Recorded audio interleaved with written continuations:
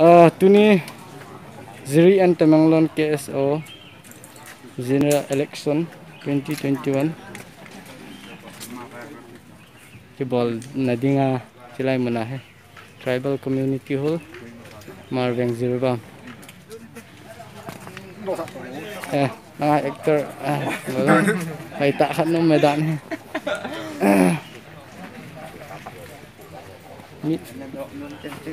midi ni matahe yang le lang mo na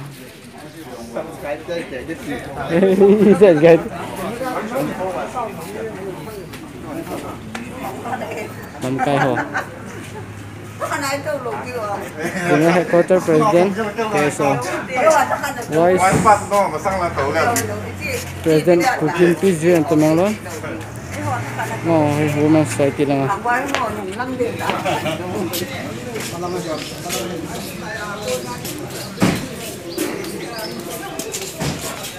alam ka ho ngeen hiu la ho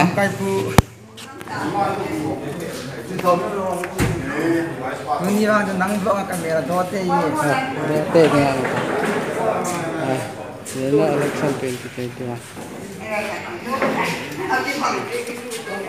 Nom phệ riêng ngén. Nulu non.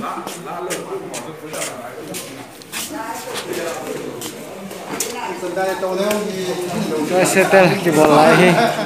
meeting ke panai lo. Hai.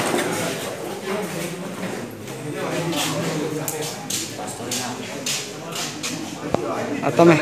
Oh, oke. Jadi nggak kami. Cepat buat.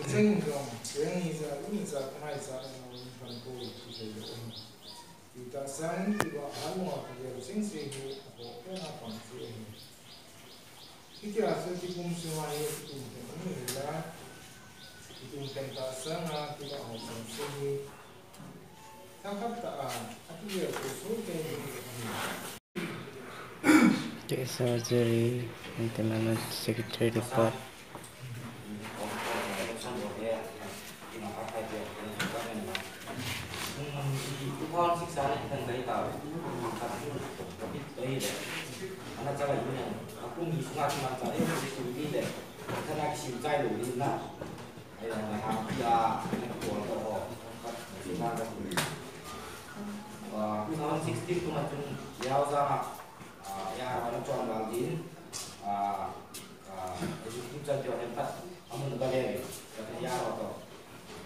Sampai pulau kekiunan ini ban editation buat ngasih jadi dia tahun kekiunan ini mau sampai itu kalau 10 yang khas kompromi ini itu bukan dia kalau buat kalau dia tak itu buat ini awan lo ngai jumpa orang station tu kalau akal nasal nasal kan buat di penjiran darah kembali ama orang anak ngai tuin kalau akal yang pacu itu ini ban konek konek dia dia tuin lo ngai jumpa orang siapa awan kena kai mai blok onga akiji ko ya tibang sene kyong ko ta kuno kilo sampan la communication get anong de team awan kita tun felicitation program 2017 na tun na kibolin mga diwa kamu la kun chin ki bol na tun tha du pau tho ke se na tu so ki ho ma ro ai te gang pe sin ka bon chi ya na ki gomin felicitation program na kiwomin appreciation certificate kakti to pass ho na kiti awan kini lam kai se to 2016 na kami tinggal lagi di BNM sudah berlalu dia juga bang kai se kiti BNM walau sih tu jadi kiti memang dia ulah ni kiri di dalam harangin anku wani disoin di dalam tamu nak nak ni ai ka ni suho ai ka ro kita lagi sudah nom tahu nak kita macam nanti yang tempat apa lu lo di program coy dan tidak nomor jadi kiti member dan kita sini apa kini compensation kui tan to hari compensation mama bang kai ro ni company ko na pi ni tu dia so ko na le kai di kita ngai ko di ni dia dah mi tu ni ni ta railway ai ko ta ro dia sa so ya realiza kini lo tun ki una na kini jin compensation bang file or two household na deh jadi tu household tu itu ni ada mana bilang orang biasa itu ini ingin tempat acor yang lebih tapi jika biasa ini high school tua filkom biasa household aku bil kita office tinggal kisah aku ini aku memang ketunjuk mana kan apa saya itu tapi aku mungkin kawan itu dia itu contoh sakti apa jika level gas campaign di programming tampi uizara mana kita boleh bolong tu karena kita itu semsutai yang namanya bungahin bungahin dari dia ni izar mana kita boleh orang ini tempat imutan tu naik cuan ini mati benar juga hilang dari dia government sarkar beneficiary kami doa ini doa tu judicial magistrate first class magistrate jangan boleh biar beliau tak boleh orang kita covid lain boleh jadi ingin dia suatu covid juga orang apa saya ingin covid jadi semua hai dia macam nak jual semua orang macam ni aku juga sih orang lagi boleh lagi nak boleh nak cek pusat aku sih suka desain no suka kai lo kita macam macam itu pada tempat kerja kita pada ahin coba saya jomboy di sana ini high school community walaupun biar dia ketina ini enggak jika ketinggalan di COVID as a president secretary yang tak dibayar enggak kepenting semua tu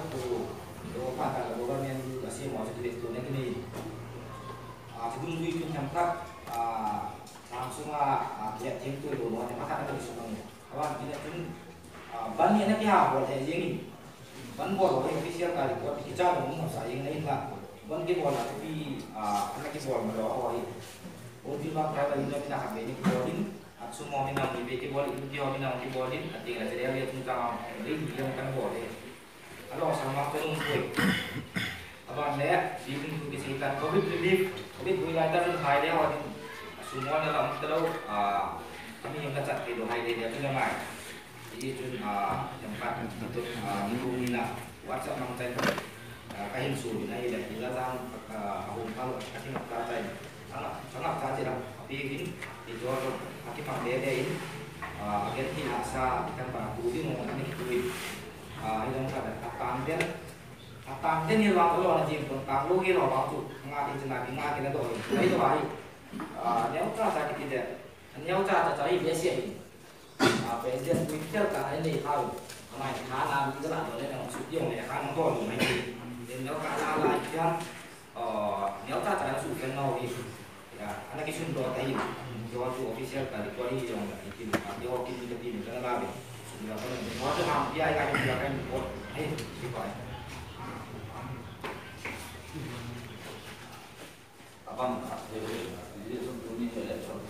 sản sẽ tạo sự kiện làm ăn chủ thổ tất cả những hiện cái nào cũng có bao nhiêu năm biết sẽ là chúng đi của dân cái bảo và mà chúng mình cái phải và nó sẽ tập ra khỏi các mấy học điều cái bảo mà em cũng được xem em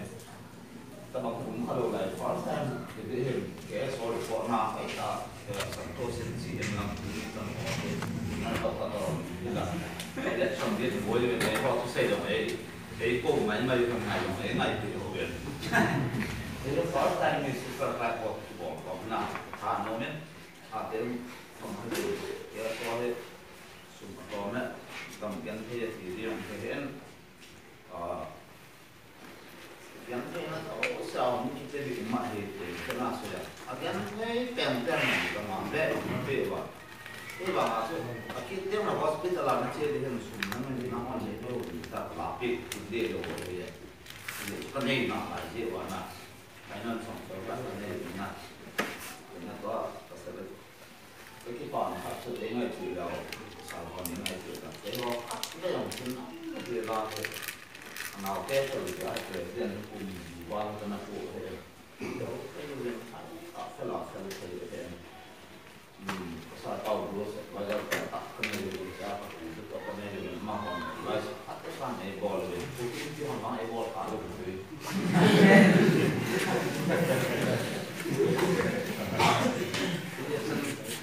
false performance itu saya tak nomen dunia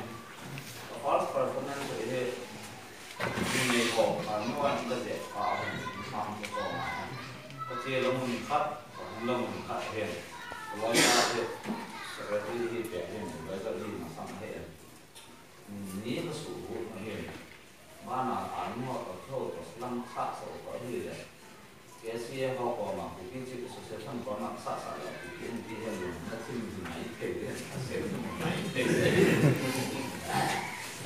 dia sekalian kemudian imam itu orang dia dan hospitalized orang lapor dia apa hello dan sebenarnya seolah gue dia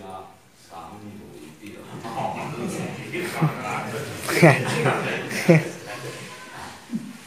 abang kita major apa saya depan saya ini dia pengajian pau dan kau insan ben hal PM ben cái bom như vậy ben muốn đấy bread cũng không luôn có số các cái này thì nó na sửa trend này à số xe kia khá là vậy số cũng là cái đấy điều mà họบอกnhữngคนเนี่ยมันเป็นตัวเป็นสิ่งที่เป็นหัวแต่ไม่เป็นตัวตาสูก็ที่ที่จะเป็นอย่างนี้ลำไปมุ่งกับโอ้ยสิกับปากว่าตามเอเจตัวก็หัดหลังเก่าที่เราได้สามคนในสุดอยู่นะbao này mặt lâm là ôm này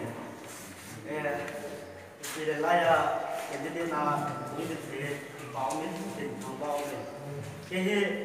làm thì làm apa pun biasa lâu này asal kita di dia kom long dia là lấy mình sao dia kom lâu này setelah kalau kom nghe setelah perintah kom mesti lama akan banyak dia soal ipan sao kalau kalau fokus student unit dia ada ipan sao deh thì họ một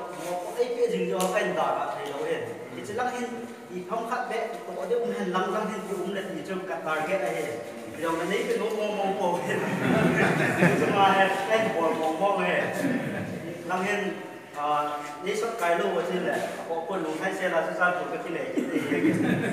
để sau đó đi xuất cái qua hay nói cả lại hay nói lại cái qua bản là thế thì bản là bản là nói có được hết cái gì đó hết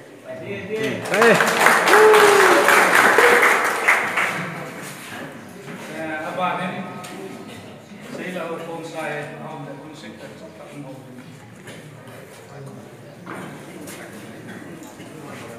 Masa peri apa cuci waktu kita, saya punya misalnya apa president, kahin tu nak pennya, dan macam apa, kita tu nak pipian hai, orang orang leh kasih capang hai, ibarat nak lah, appointee dia mau kami quality orang mungkin nak. Ichi change de kadesi aje tu kai nampak na por ka pobe ka tin kon gam danga ko musa ka yin ichi la ya hin phai to la mo lam pha nga kum la kum nga kum lang teacher a na pat ichi la ka na kun ti ham idei dei to ki mun ka ki ka na ki ne nei ma chi la ma ko chi ala kum sko ma kum sko ki sa ka na ki ti ti ho hi bi je ho bi la simlai chapang ho tam zo hi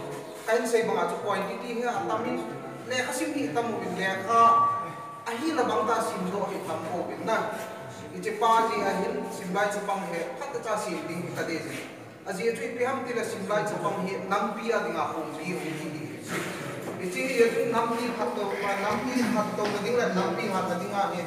kagya tu pi ka la simlai chapang sim hat ding alam pi ahin na ta pu ding ki ka tu dia president ni hindu eh baca Bawa mentul apa ni sangle, macam apa yang kau ini? bawa ni pakai thằng na thì bắt sập bể luôn lúc đi được vài đóng tại theo cái thứ pháp lại cả vài là cái vài thế dòng lúc chúng cấu số bài đi lùng đông đã tạo ra tầm gì Ibizia kita case rohi 2007 kola chakana la statistic secretary agana pure ai le Tamilo Jiri&Tml ahi la chun o long bilang chan ko Tamilo e hu ko he ka kem pi tin thau hi la he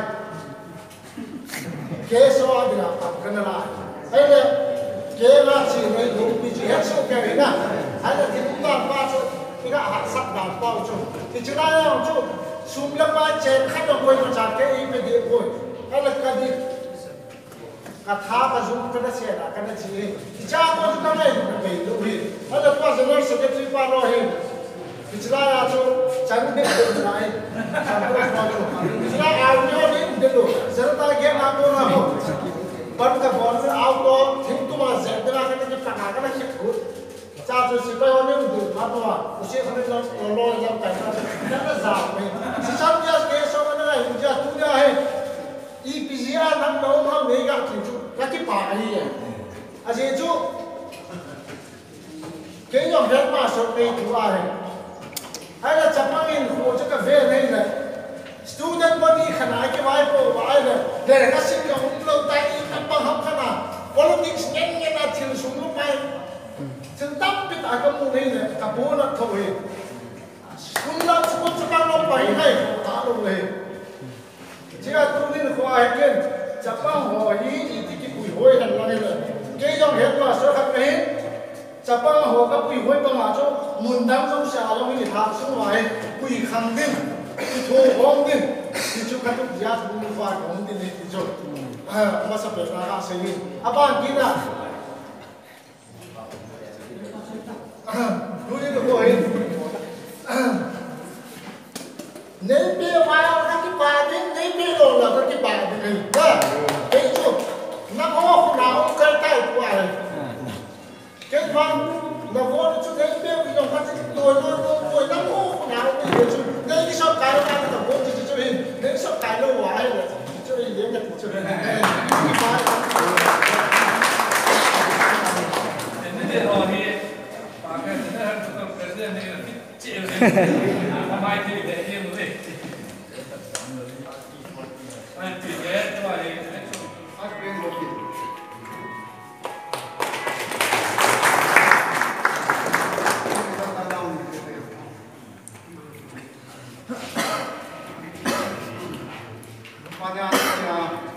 Vice President, the kibol bouve candidate President candidate so Samuel Simpson Pam dito ano Pagkatero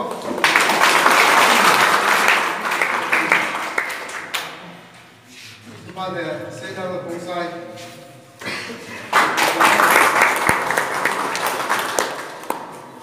Father General Secretary nga lam ka wajo ko ni sa so tawin ngam okay ma ko den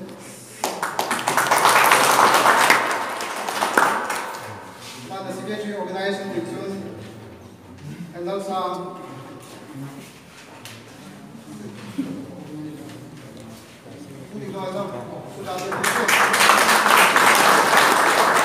good sir good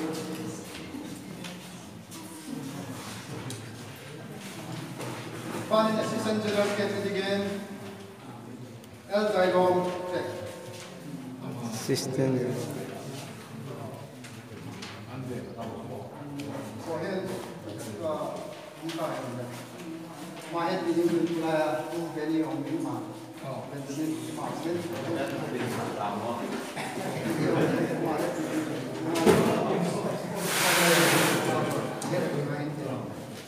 Education Secretary again, Commander Simpson.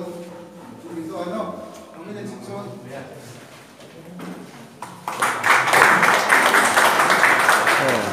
Mai thành phố lọ này đặt chợ.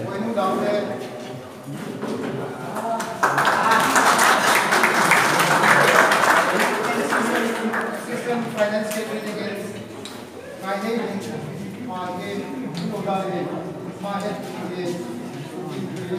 Vice President Pahe. Commission Secretary again.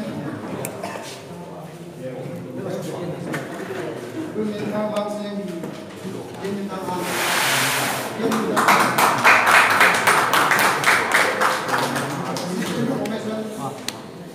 Joy.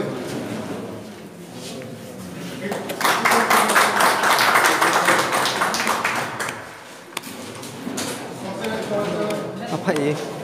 Không thành thành đâu vậy? Cái mixing là mix kitile ho pa po to kitile na malai na la itu dah na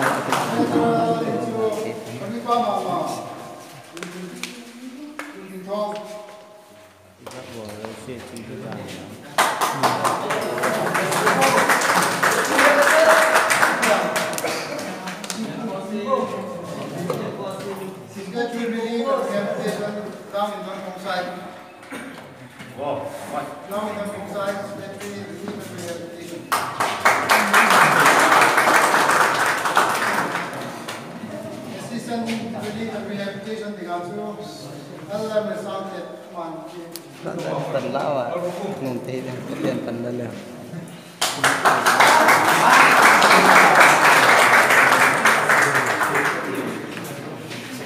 Secretary, Youth Affairs, Games and Sports, Obed Tulu.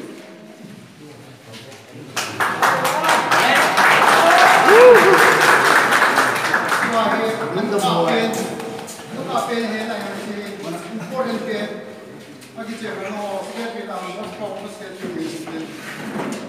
Secretary Land, Forest and Environment, Jeffrey Boyden.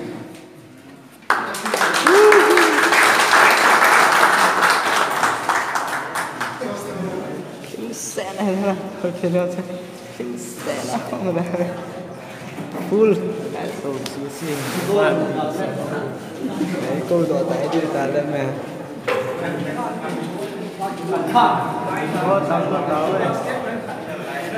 cũng sai thì ta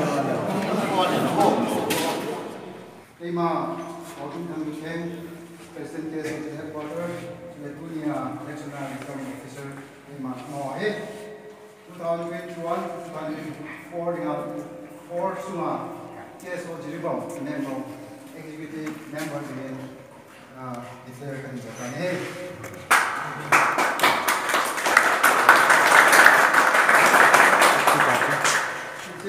Declare important function. Tuni poin case of tentang pentingnya tak solusi. Paten jadi ama executive the two political formation in South Organization, South Organization, which order formation here. So, I mean, the Omicron, most of the Omicron, that is the Muslim. I miss certain different to father. No, it's a year, but no, it's a young. It's a new year to get the supaya punya tendo online home jadi kita ni kita ada macam apa sebelum ini dia ni bilang si ini yang le nampai ho supaya kita negatif nama jadi sidung juga ni so apa nak yang ni sekian doa saja pendapat ini kalau sampai no saya function ini pada ini yaitu penelitian order of the formation I Mr. Do swear in the name of God that I shall faithfully and diligently discharge my duty for which I was elected or nominated to the post of to the office of the Cookie Students Organization, Jiri&Tml branch for the term 2021 to 2024. That I shall uphold the Constitution of KSO. The unity and integrity of the Cookie students. And build up a cordial relationship with other students' organizations without fear and favor.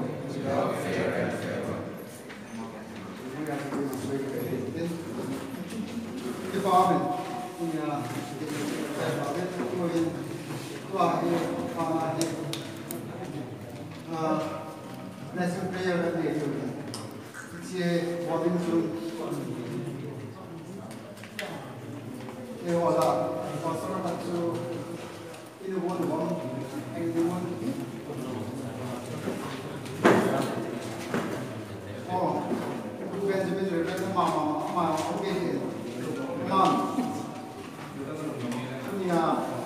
cái thằng đó họ yêu sẽ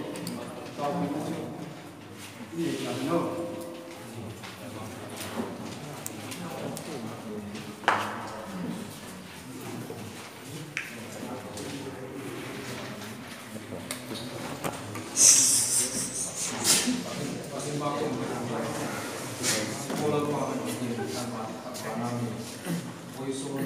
student organization in Hangna in Kombulan Hasalon Novi Ambulan Ka Akop Chen in Three King Nachalan two taking which will Lomukan Sari say Dalwadi Tangiga High, Ruka High, Nipui Sanadong to I hope in Puila Hilai Kanram area Jiribam let Taming Long Tadi Amal Somna Sata Anumi Penading Ikutra and Chuya Imal Somna and Kumsending Kanal Pai Superstar.